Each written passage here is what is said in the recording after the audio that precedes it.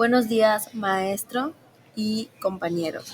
El día de hoy es un honor presentar nuestro tema educativo, una crisis global reflejada en la educación. Nuestro tema será el impacto de la pandemia en la educación de México. La pandemia de COVID-19 no solo fue una crisis sanitaria, sino también una crisis social y educativa sin precedentes. En México, el impacto en la educación fue profundo y dejó huella que aún estamos tratando de reparar. Más de 36 millones de estudiantes en todos los niveles educativos enfrentaron la interrupción de sus clases presenciales, y la transición de la educación a distancia expuso desigualdad y afectó la calidad del aprendizaje y puso en riesgo la continuidad educativa de millones de jóvenes. Hoy hablaremos a detalle sobre el impacto de la pandemia en la educación, y desde los retos de transición digital hasta el regazo de la deserción escolar, hasta las consecuencias emocionales para estudiantes y docentes, y también exploraremos las lecciones aprendidas, las acciones necesarias para enfrentar los desafíos de la recuperación. En marzo de 2020, el cierre de las escuelas fue una medida urgente para frenar los contagios. Sin embargo, esto significó una interrupción total en la rutina de millones de estudiantes y docentes. El sistema educativo tuvo que adaptarse rápidamente a una realidad para la cual no estaba preparado. Según la SEP, 36.6 millones de estudiantes y 2.1 millones de docentes dejaron las aulas. Más del 90% de las escuelas de México no contaban con infraestructura digital para operar de forma remota.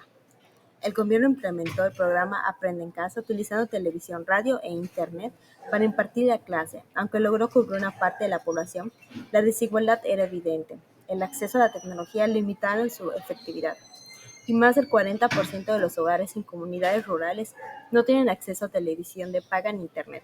Solo el 44% de los estudiantes disponían de computadoras o dispositivos electrónicos adecuados.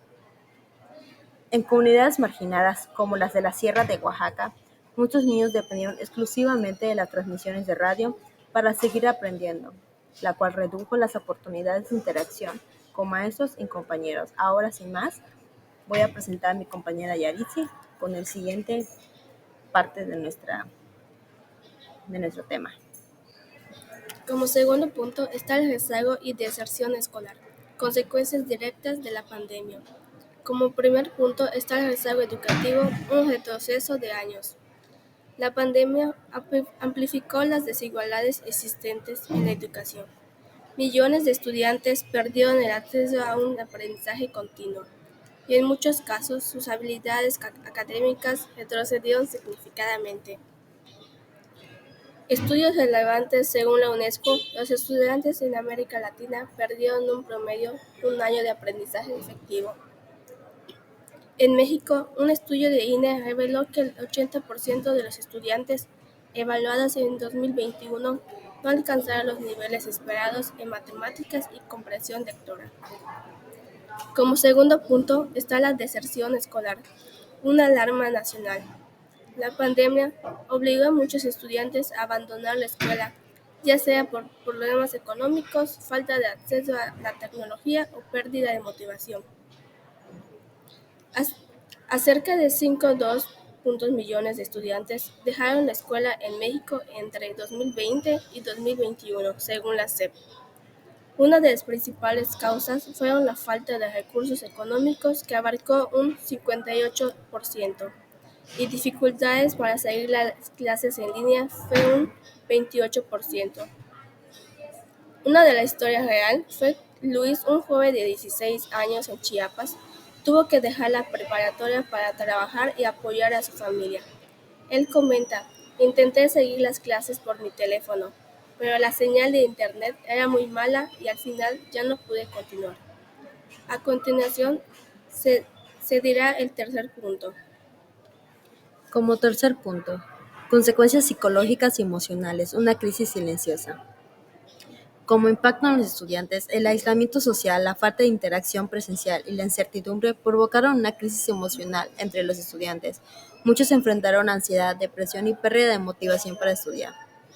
Según la UNICEF, el 30% de los niños y adolescentes en México reportaron problemas de salud mental durante el confinamiento.